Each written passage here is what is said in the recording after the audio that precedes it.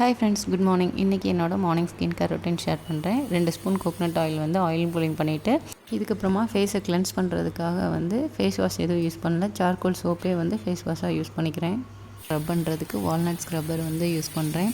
இதை weekly twice மட்டும் try பண்ணால் போதும்.